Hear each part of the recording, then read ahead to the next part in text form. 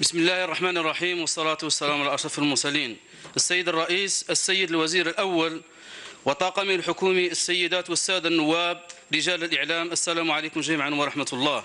يقول المولى عز وجل: إن أريد إلا الإصلاح ما استطعت وما توفيقي إلا بالله. في البداية أتقدم بالشكر الجزيل لمواطني ولاية النعامة الذين منحونا ثقتهم، ونقول لهم أننا سنعمل على تمثيل كل سكان الولاية دون استثناء. ورد في المشروع القول: مواصلة تعميق وترقية تعاليم الإسلام دين الدولة. أتساءل كيف يمكن تحقيق ذلك والسلطات لم تسمح حتى بوقفة أو تجمع لنصرة سيد الخلق محمد صلى الله عليه وسلم. إننا في تكتل الجزائر الخضراء نستنكر هذا التقصير من طرف السلطات، ونقول ونردد بملء فينا وبكل فخر أنه سيبقى دوما الله غايتنا والرسول قدوتنا.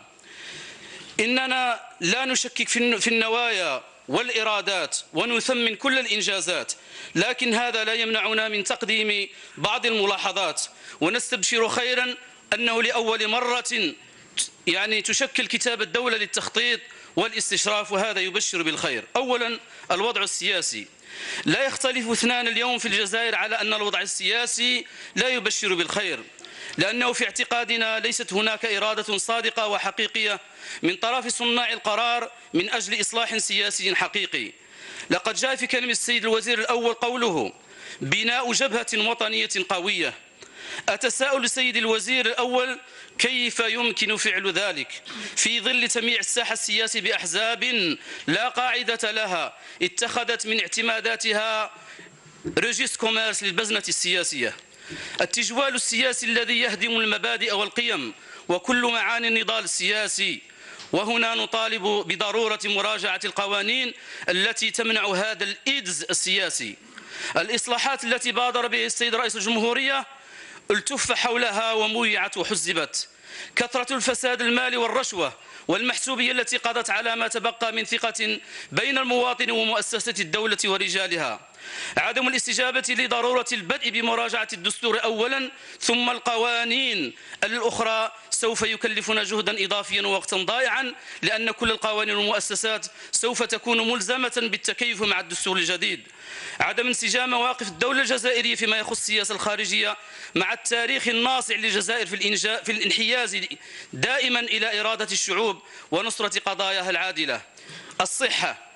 إن الكثير من مرضى السرطان يعانون من التنقل إلى ولايات مجاورة للعلاج، لهذا نقترح فتح المجال أمام الخواص للقيام بهذا العلاج على غرار مرضى القصور الكلوي. تعيين العدد الكافي من الأطباء الأخصائيين في الولايات الداخلية ومن بينها ولايتنا، وحل مشكل الخدمة المدنية من طرف الوزارة بصفة نهائية. التشغيل. إن عقود ما قبل التشغيل والشبكة الاجتماعية لم ولن تحل مشكل البطالة، بل للأسف الشديد فإنها ميعت الإدارة. لهذا نقترح توجيه هذه المبالغ الضخمة لاستحداث مناصب شغل دائمة حتى نعيد الاعتبار لقيمة العمل. إن التعامل الربوي في منح قروض لونساج ولونجام تحرم الكثير من المحتاجين لهذا الدعم. إن الله عز وجل قال: يمحق الله الربا ويربي الصدقات. لهذا نقترح أن تسمى هذه النسبة نسبة خدمات القروض، وتتكفل بها الدولة، وتلغى نسبة الفوائد نهائيا، وفي بذلك الله سبحانه وتعالى يطرح البركة. بالنسبة لفئة المعاقين نقترح تخصيص نسبة من مناصب الشغل لهذه الفئة بما يتناسب مع وضعها الصحي. ضرورة تثمين الشهادات، أقدمية الشهادات، وأخذ بعين الاعتبار الشهادات المكافئة. في مجال الرياضة، إن المساعدات التي تقدم محليا لا تكفي، لهذا نطلب تخصيص مبالغ معتبرة للولايات الداخلية عند تقسيم الصندوق الوطني.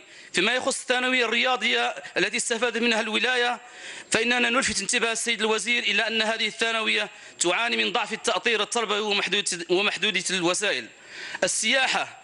هناك مواطن خلابة في الولاية: عين بن خليل، عين ورقة، وتيوت وغيرها، تحتاج إلى مرافق لا يمكن للخواص أن يوفروها. لهذا نطلب من الدولة التكفل بذلك. ونحن نطرح تساؤل كذلك فيما يخص حظيرة جبل عيسى، ماذا عنها؟ لماذا لم تبدأ إلى الآن؟ شكرا لكم على حسن الإصغاء، والسلام عليكم.